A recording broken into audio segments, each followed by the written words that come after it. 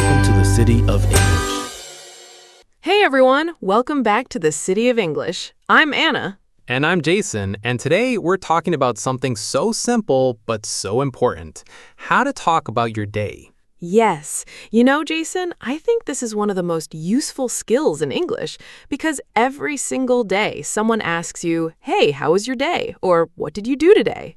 Exactly, and if you don't have the right words, you just say, good, fine, nothing special, and the conversation just dies.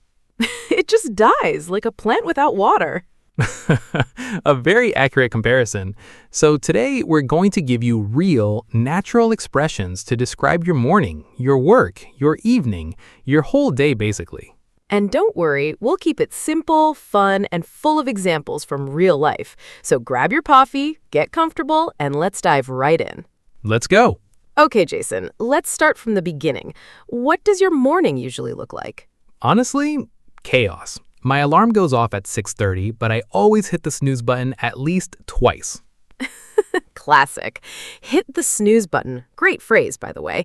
It means you press the button to stop the alarm for a few more minutes of sleep.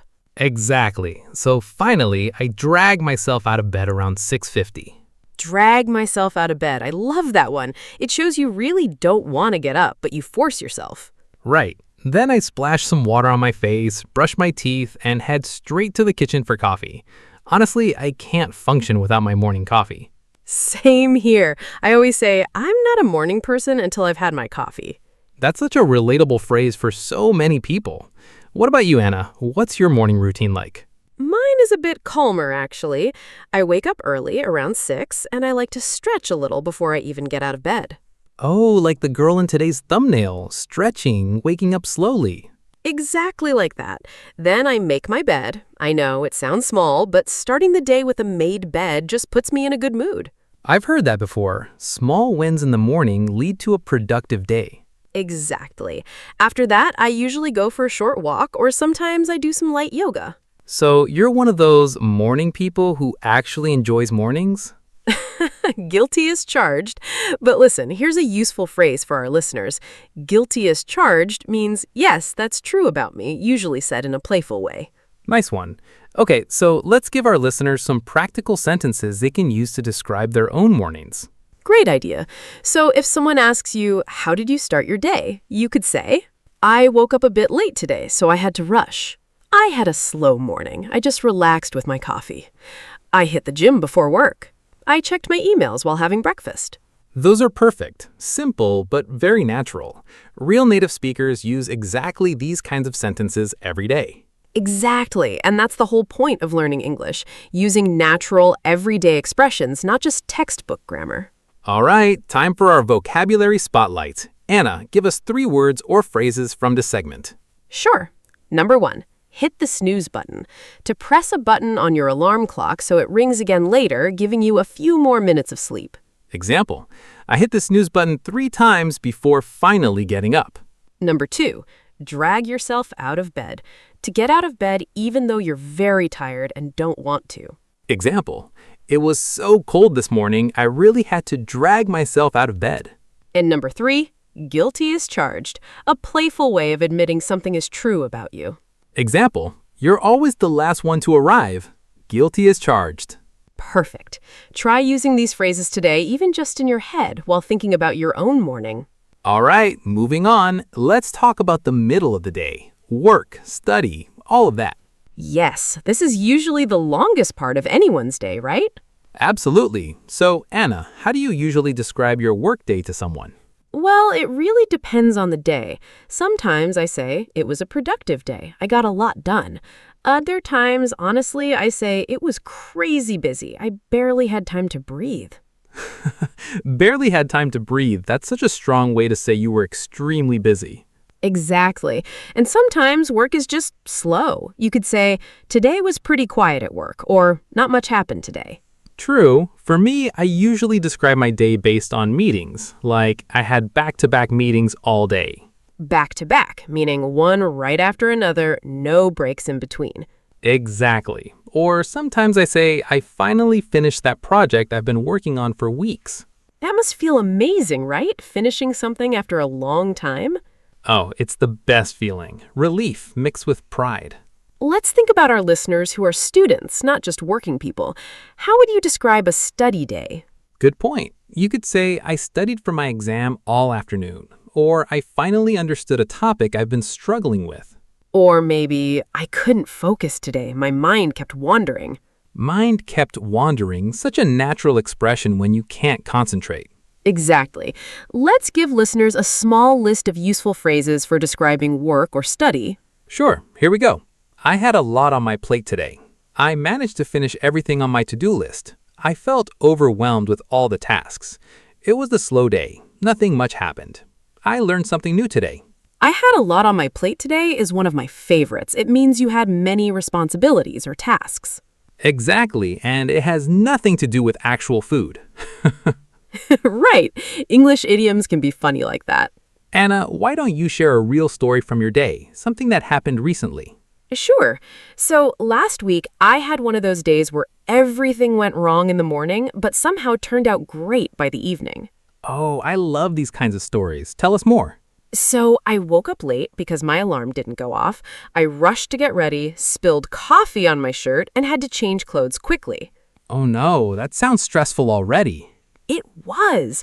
Then, on my way to work, there was terrible traffic, and I was stuck in the car for almost an hour. Stuck in traffic, a very common phrase, especially in big cities. Exactly. By the time I got to work, I was already exhausted, and the day hadn't even really started. So, how did it turn out to be a good day? Well, later in the afternoon, my manager told me that a project I worked hard on was approved, and everyone loved it. That's amazing. A little victory after a rough start. Exactly. And that evening, I met some friends for dinner, and we just laughed for hours. It completely turned my mood around. Turned my mood around, meaning your bad mood changed into a good mood. Exactly right. So even though my day started badly, it ended up being one of my favorite days that month. That's such a great reminder. One bad morning doesn't decide the rest of your day. Exactly, Jason. And that's something worth remembering, right? Life isn't perfect, but how we talk about it and how we choose to see it really matters. All right, Jason, your turn now. Walk us through a typical weekday for you. Sure. So I wake up around 7, have a quick breakfast, usually eggs and toast. Then I head to the office. Simple and effective. Right. My mornings at work are usually calm, checking emails, planning my day. But afternoons, that's when things get intense. Intense how? Well, that's when most meetings happen. Deadlines come up, and honestly, my brain starts to feel a bit fried by 4 p.m. Brain feels fried, meaning mentally exhausted, tired from thinking too much. Exactly. By the time I get home around 6:30, I just want to relax. What do you usually do to unwind? I like to cook something simple, watch a show, or sometimes just go for a walk to clear my head. Clear my head, such a useful phrase, meaning to relax your mind after a stressful day. Exactly. And on good days, I try to read a few pages of a book before bed. That's a lovely way to end the day. It really is. Simple habits, but they help a lot. Notice all three verbs are in the past simple form. This is the natural way native speakers describe a completed day. Yes, today's tip is about using the past simple tense correctly when talking about your day. Right, because when we talk about our day, we're usually talking about actions that are already finished. Right, because when we talk about our day, we're usually talking about actions that are already finished. For example, I woke up late, had breakfast, and went to work. Notice all three verbs are in the past simple form. This is the natural way native speakers describe a completed day. A common mistake learners make is mixing tenses, like saying, I wake up late and go to work, when talking about something in the past. Right, that would only be correct if you're talking about your daily routine in general, using present simple. But if you're talking about today or yesterday specifically, use past simple. Great distinction. So remember, routine equals present simple. Specific day equals past simple. Perfect summary. Let's move to the evening now. How do we talk about relaxing and winding down? Good one. So common phrases here include, I unwound with a good book, or I just chilled on the couch. Chilled on the couch. Very casual, very natural. Exactly. Or you could say, I caught up with a friend over the phone.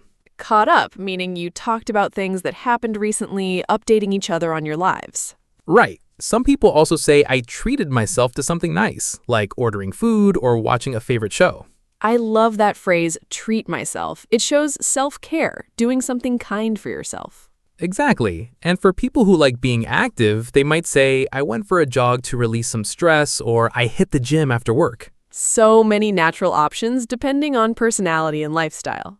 Exactly. And that's the beauty of English. There's always more than one way to express the same idea. Time for our second vocabulary spotlight.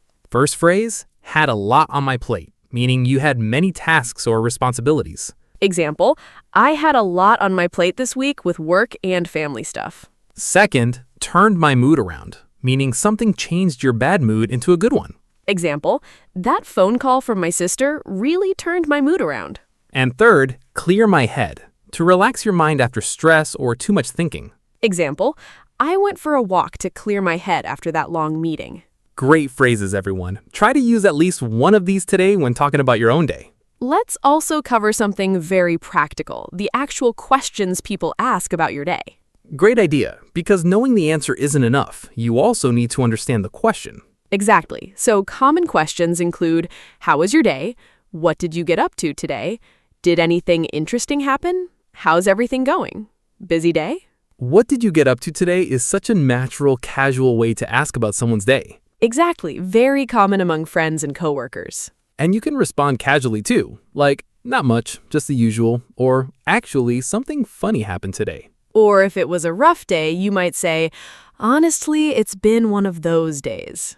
One of those days meaning a difficult, frustrating day where everything seems to go wrong. Such a relatable phrase for literally everyone on this planet. Absolutely everyone. All right, listeners, here's your challenge for today. We want you to describe your own day right now using at least 3 phrases we mentioned today. You can say it out loud, write it in the comments, or even record yourself and listen back. For example, I dragged myself out of bed this morning, had a lot on my plate at work, but a good coffee break really turned my mood around. See how natural that sounds? Try building your own sentence like that. And don't worry about making mistakes. The goal is practice, not perfection. Exactly. Every sentence you build gets you one step closer to speaking naturally. Before we wrap up, let's talk about why this topic really matters. Great point. Talking about your day is often the very first real conversation you have with someone, coworkers, friends, even strangers. Exactly. It's small talk, but it builds real connection.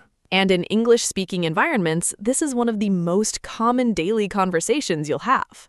So mastering it isn't just about grammar. It's about confidence, connection, and feeling comfortable speaking naturally. Exactly. And that's exactly why we chose this topic today. Small conversations, big impact. All right, everyone, that brings us to the end of today's episode. We hope you learned some useful phrases to describe your morning, your work, and your evening. Remember, English doesn't have to be complicated.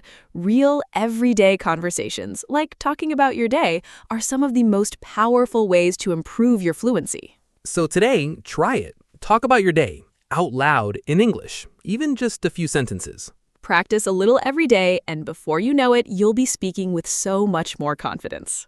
And remember, every expert was once a beginner. Keep going, keep practicing. If you enjoyed this episode, don't forget to subscribe to the City of English and share this with a friend who's learning English too. We'll see you in the next episode. Until then, Keep talking keep learning. and keep growing one conversation at a time.